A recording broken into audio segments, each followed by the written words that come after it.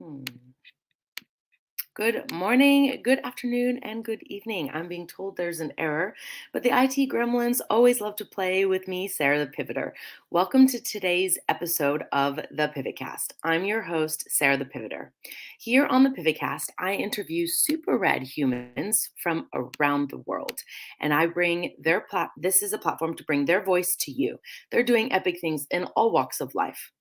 In this episode of the PivotCast, we're going to hear some super rad ideas from Roni Travis. She will help show us to combine our body and mind for success in all areas of life. So, how do we get six-pack results with a six-pack mindset? Not just the abs, but six-pack business, six-pack relationships, and all the things. We will hear how to take care of your body out of love and how to combine mindset and fitness to take your whole life to the next level. Now, I don't know about you, but I'm tired of that yo-yo, and that's something that I really had to work with. So I'm really excited to have Roni here today to talk to us about the mindset piece, which is what most people forget. Taking action to get the results that you desire by becoming the person that is willing to do the things to get there is the name of the game and what pivoters do best. So, no matter where you're tuning in from today, please do share your comments and ask questions with us live. This interview will be posted across all socials after we finish. Without further ado, let me bring today's guest on.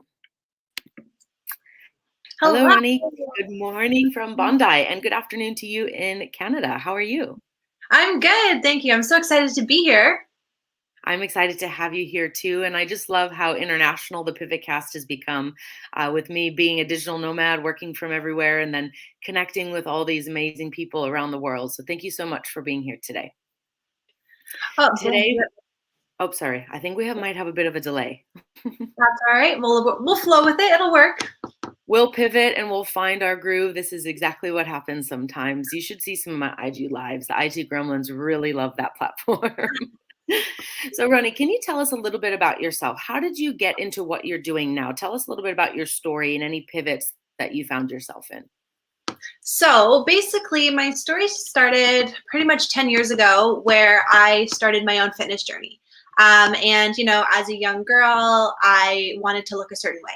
Right. I wanted to lose weight and be skinny. And I thought that, once I reached my goal weight, that the boy who broke up with me, he would come back, I would get my dream job and everything would fall into place. Right. The dream is you get the body and then everything else magically happens. And I lost the weight. I got to my goal weight and none of that happened. Right. I still looked in the mirror and I didn't like what I saw. I still felt like crap. I still felt like nobody loved me, like I was a failure and all of these things. And at first, I was pissed, right? I was so mad. I was like, I starved myself. I worked out every day. I did all of the things. Why didn't this work for me? Why aren't I as happy as, this beautiful fitness influencer? She looks like that and look how perfect her life is. Right. And then I went to school, right? I went to school and I started learning and I did all the things. And my journey went from trying to shrink myself to trying to become like this strong and empowered and happy version of myself. So my first pivot was going to school, right? Getting out of the mindset of okay, I need to be smaller and I need to take up less space and I need to just shut up and do what I'm told.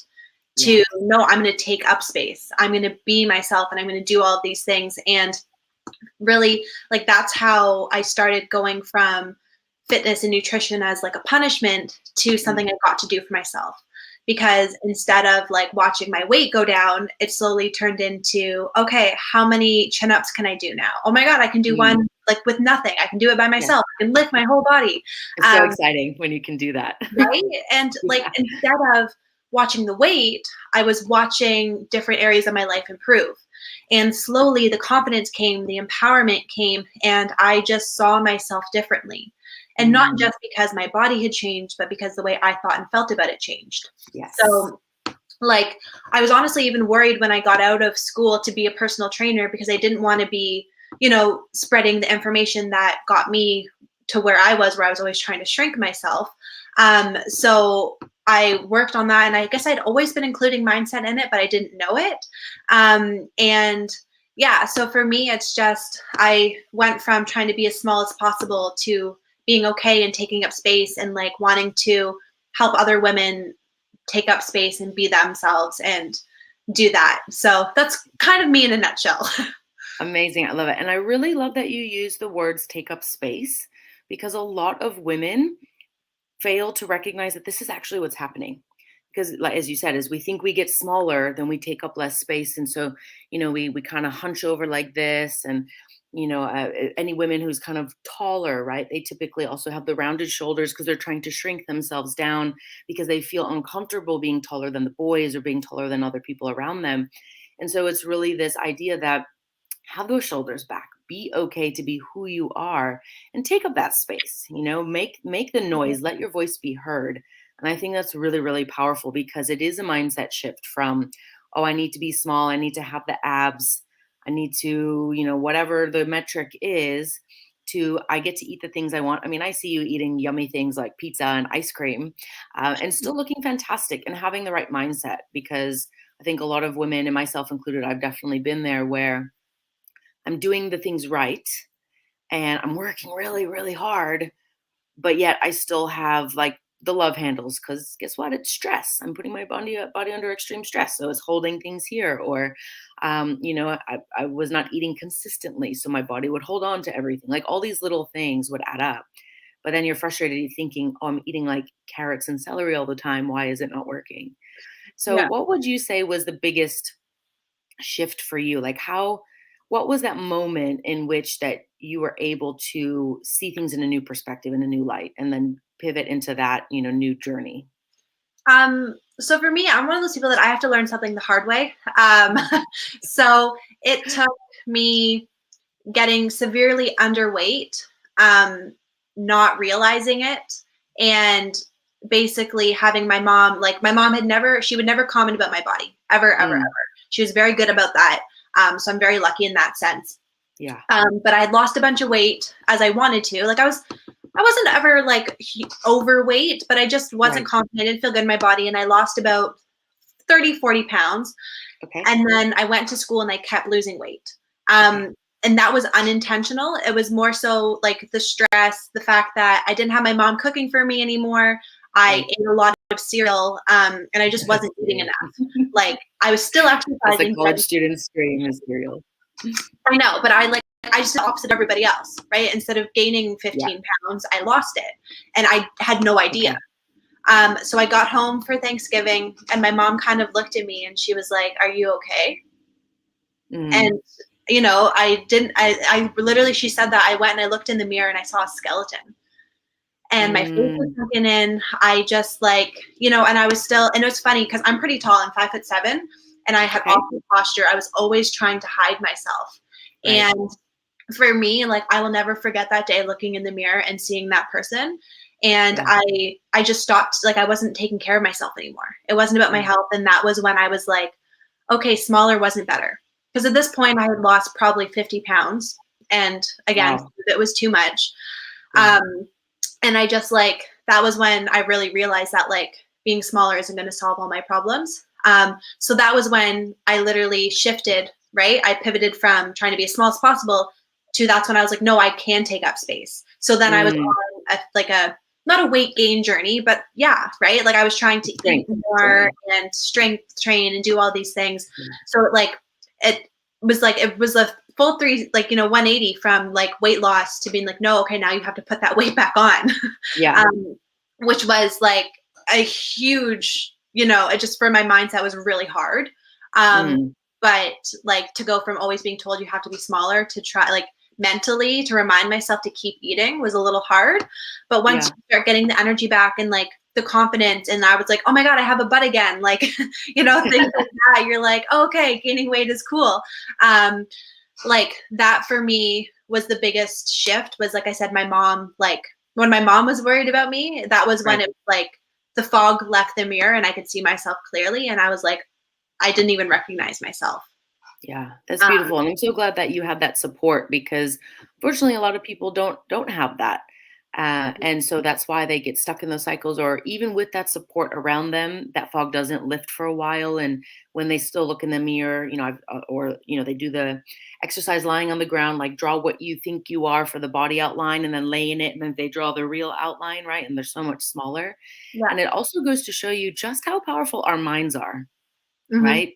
Because we see one thing and can be completely not reality, but we are so convinced and we're taking action to go in that direction. And I think society has a lot to do with that. Obviously, we are inundated with commercials and ads and things, especially from the era when we were growing up, where it was like, be a size 2 or a size 4, or, you must weigh 120 pounds or whatever it was, right? And even worse before that with all the different things.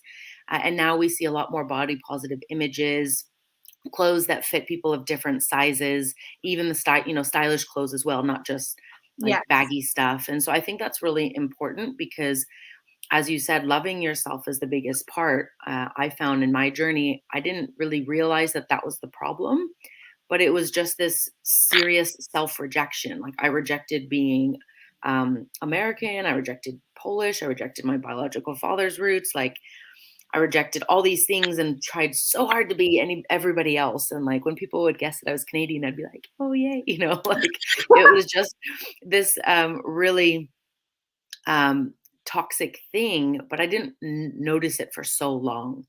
And like you, strength was definitely part of my journey back into health. So, on this journey that women are taking, like, what would you say could be the very first step? Something that's, these bite sized small pieces that they can start to pivot more into this direction, even though they might be feeling that pull of the old programming.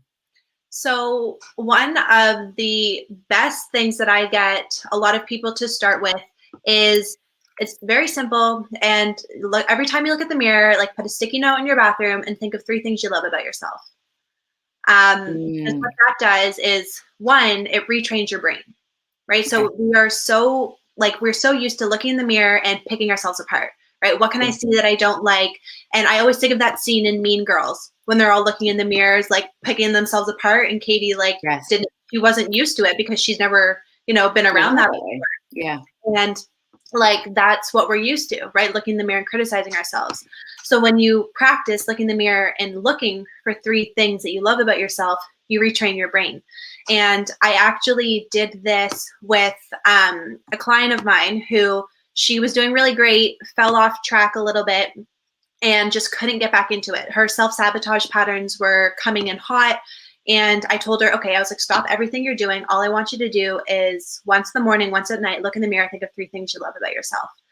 Mm. And within 1 week of doing that, she was back working out. She stopped binging. She was doing all of these things because, I mean, I could talk about the, psychology of it all day. But when you look in the mirror and you see somebody you love, you don't want to sabotage yourself, right? You want what's best for you. And I always like to compare it to, like, think of somebody who you love, right? Think of a Mm. parent, a child, a sister, a best friend.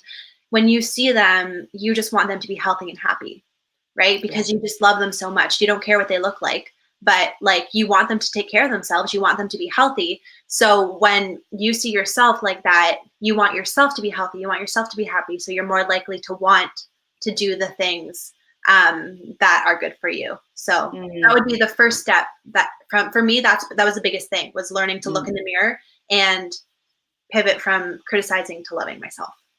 I love that. And I use this analogy all the time with the donut, right? If you have a donut, you're not looking at the hole going, Sarah, why did you give me this donut? It's missing something, right? But yet everything else in our lives are always looking at that hole going, whoa, I don't have this thing. And we forget that we've got this delicious donut to eat, right?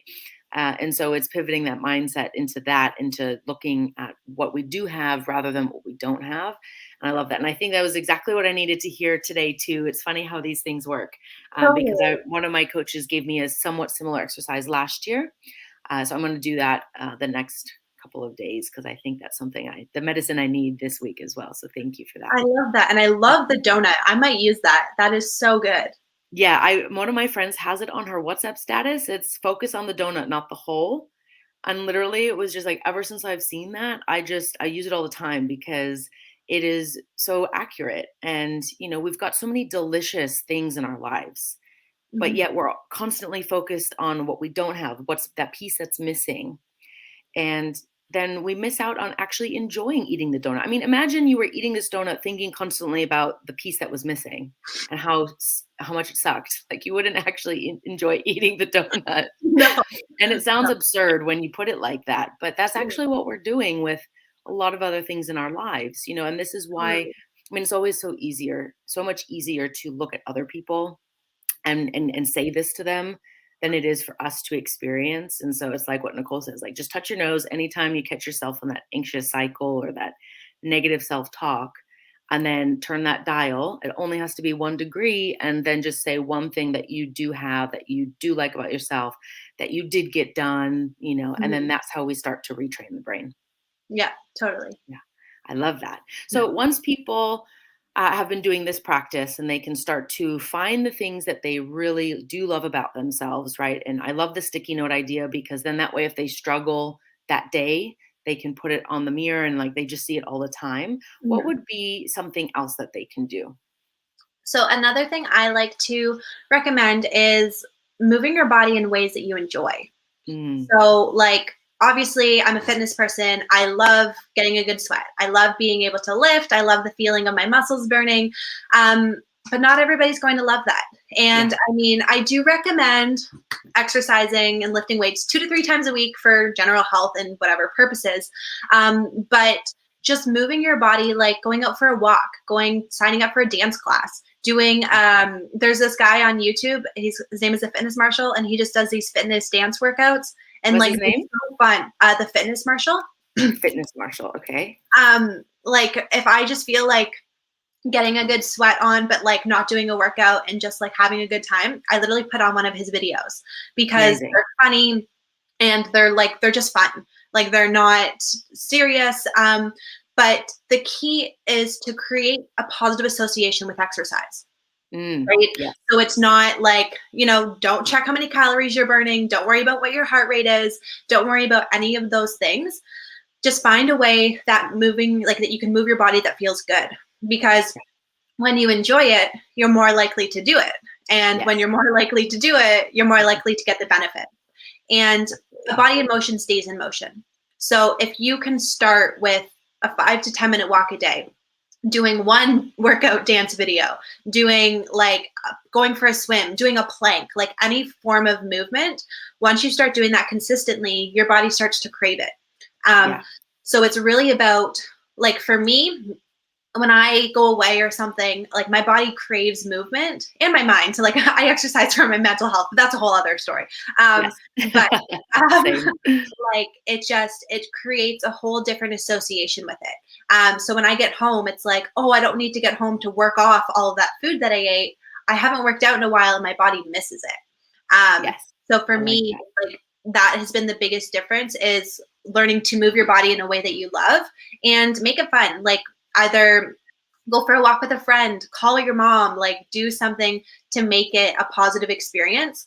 And then, like, yes, the structured exercise and cardio and things like that are good for your health, but the more you enjoy it and the more you just get moving, the more Yes. you want to do it. But again, it all comes down to that intention, right? So you're not exercising because you have to, you're doing it for your body because you feel better. Yes. So I find once you like genuinely love yourself, it's easy to want to move your body because you feel good about yourself and you just want to take care of it. Yeah, absolutely. I like to say movement is medicine. And so, especially if you're feeling quite stuck in the mind Mhm. or just anxious, if you just move the body, then that will help clear that clutter. It's like by physically moving, you can get this stuff moving again in your brain, in your body. And it's like thinking about water, right? Running water. When it's just stagnant and it's not moving, it gets all that muck, and then the bugs come and it's like really gross and you don't want to get in that water, right? But if the river is flowing or there's a flow and there's a current in that water, then it's clean and it stays healthy. And so it's the same thing for us. And, if our bodies get stuck, I feel like our minds get stuck, and then also vice versa. So sometimes you might be more mentally strong, and then that will help you get to move. And then the other way, it might be the other way around. It's like you're physically strong, so you're moving, and then that helps move your mind. Totally. Totally agree. I love that. There was this mantra that I came across, and it was, when I would go running, and I was kind of finding it a bit hard, a little bit, because I hadn't done it for a while, and I just kind of was in, that yucky, I don't want to mode, and so it was. Um, I'm moving because my body is strong. My body is strong because I'm moving. I My love mind is that. strong because my body is strong. And then like just continually repeating and then reversing it. And then I would just find all of a sudden the run was over. And I was like, oh. And it's like you're programming your brain when you do stuff like that. I mean, think about songs. Somebody pointed this out to me the other day, and I think Nicole mentioned it too. But when you listen to music, like sometimes I'll be like, oh, I love this song. And then I'll look up the lyrics and be like, this song is terrible. This song Yeah, is telling me that I'm not complete without some other person, or talking about, being completely wasted and faded and not knowing what decisions I'm making. And it's like, actually, I don't like this song at all. But it sounds catchy. So we're listening to it and it's literally programming your brain. totally. So being conscious about what we consume, not just food wise, but I think in listen mentally. What are your thoughts on that? I think that's probably been a big part of your journey as well. I've heard you talk about that before. Totally. So yeah, I love that you said that because one, affirmations while like working out is something that I get a lot of my clients to do and like I do it too. And it's because like you think of the normal self-talk you have while you're working out, right? So I think back to my old self and it was like, oh, come on, you can run for 5 more minutes. Like Mm, think of all the food you ate, right? Don't you want to right. look good on the beach? Like shaming myself to do it, making myself feel guilty and all of that, like, ew, look at yourself type of talk. Mm, Um, so when you learn to switch it and you focus on how good it feels, and like one of my favorite ones is I'm getting healthier, happier, and stronger every day in every way. And I like like that. telling myself that when I'm working out, you feel so much better about it. So yeah, like your mindset and the way you talk about yourself while you work out is huge. And yeah, like I'm a huge fan of surrounding yourself with a healthy mental diet, right? So paying Yeah. attention, like I was just talking about this with my clients. We did a detox, but if you know me, it's not the kind of juice cleanse detox. Literally did a negativity detox. So it was going through like your social media and Mm, unfollowing people who don't make you feel good about yourself, unfollowing people or just muting them, whatever. But getting rid of all the people who don't share things that make you feel good and paying attention to the type of people you're hanging around with, stopping watching the news, all of those things, oh, thank because goodness. what we surround ourselves with, we become, Yeah, right? Like, absolutely. because the more you pay attention to all of those things, the more that's what you're focused on. And I know for me, like when I pivoted my fitness journey, I unfollowed all of those people who were hashtag team no days off, right? And Oh, yes. Yeah. people who demonized food and were perfect and all that. I unfollowed all of them. Yeah. And it was easier for me to stick to my new goals, but also I just felt better, right? I stopped Yeah. comparing myself. I stopped filling myself with their toxic nonsense. And like it was just huge. So yeah, Yeah. like paying attention to what you're consuming, not just food wise, but like listening to every day is huge. Yeah, absolutely. And it's one of these things. So in the kind of plant medicine circles, they call it a dieta. And that includes not watching the news and, not consuming certain things, not just food, but activities and, mental things. And one of the best things I ever did for my mental health was stop watching the news. Like I'm still aware of what goes on in the world. And if I need to look at something for business or what have you, then I'm very targeted in my approach and I Yeah. can check the different platforms. And I've gotten very good at not, clicking the links and seeing all these things. But when we do that, we scroll, especially news, it's all doomsday stuff, right? It's all sensationalism and all the things that are going wrong. It's focusing on the hole, not the donut. And then you just get sucked into this vortex. And then, of course, the algorithm comes in and gives you more of the same. So I think that's really great advice, unfollowing people, and then following accounts that do inspire you, that do make you feel good.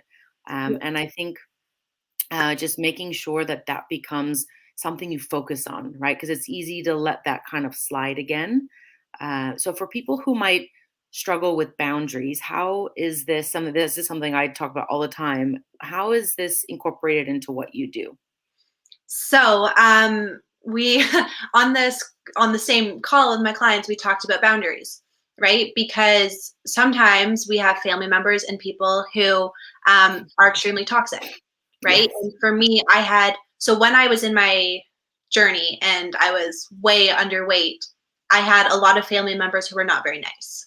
Mm, And of course, it had to do with the fact that they were overweight right. and they were projecting onto me.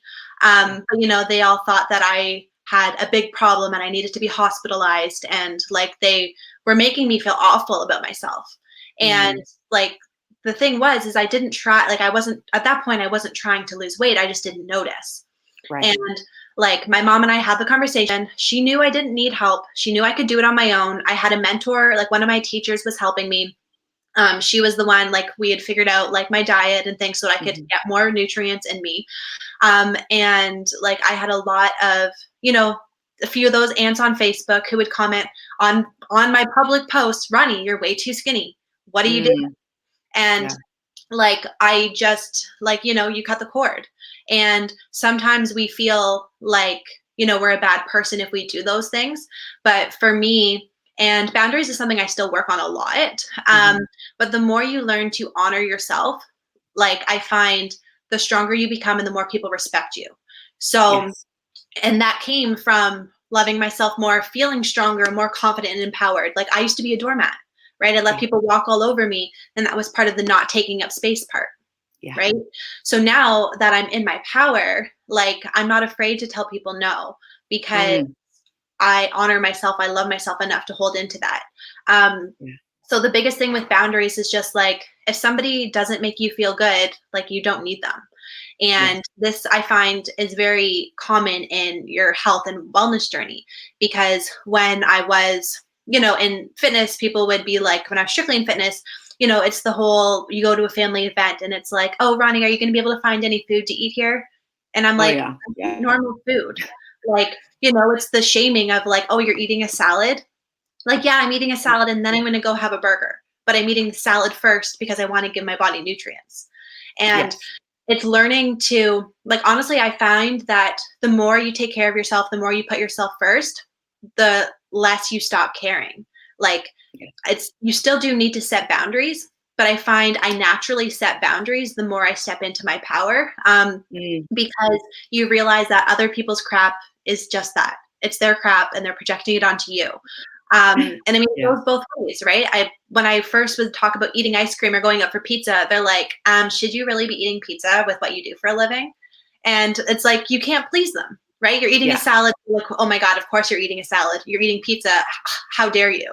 Right? So it kind of Yeah. gets to the point where it's like, you literally can't please everyone. So you might as well please yourself, right? Um, Absolutely.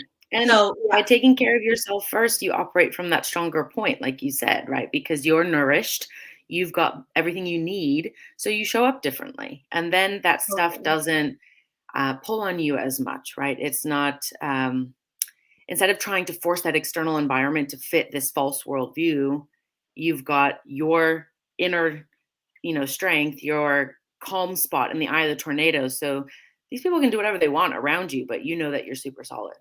Exactly. And the more you focus on you and the less attention you give them, the more they're like, they don't care anymore because they're not getting Yes, anything out of it.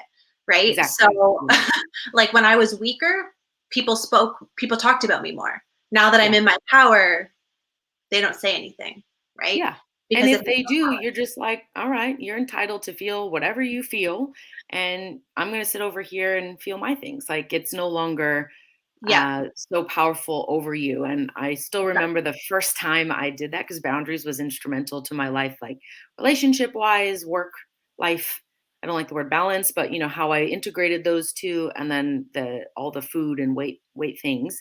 And it was just this experience of, well, you can feel that over there. That's completely fine. And I'm going to sit over here and still feel my feelings because I used to backpedal a lot. I used to like get upset or have an emotion, and then the other person would react poorly to that, and then it'd be like, oh, actually, no, no, no, no, that's not what I meant. And I'd backpedal, and it would be about food, it would be about all sorts of things. But you're right, as soon as that strength, like I felt that strength, and it was like, well, I don't need you to like me because I like me, right? But yeah, when you don't like yourself, you do need everybody else. You need that gold star, that approval.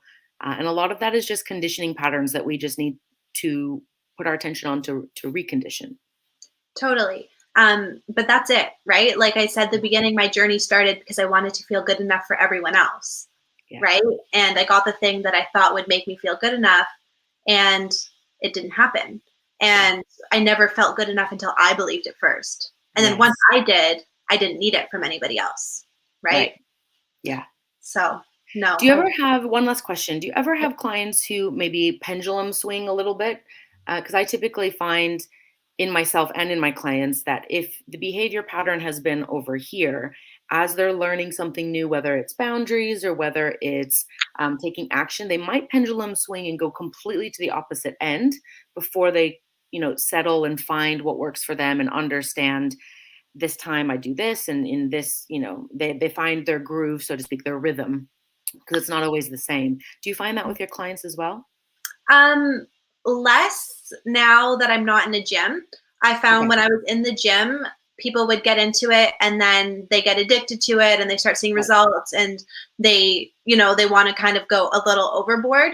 Right. Um, but I find with the way I lay my program out is I don't allow for the Mix overswing to the other happen. way. Good.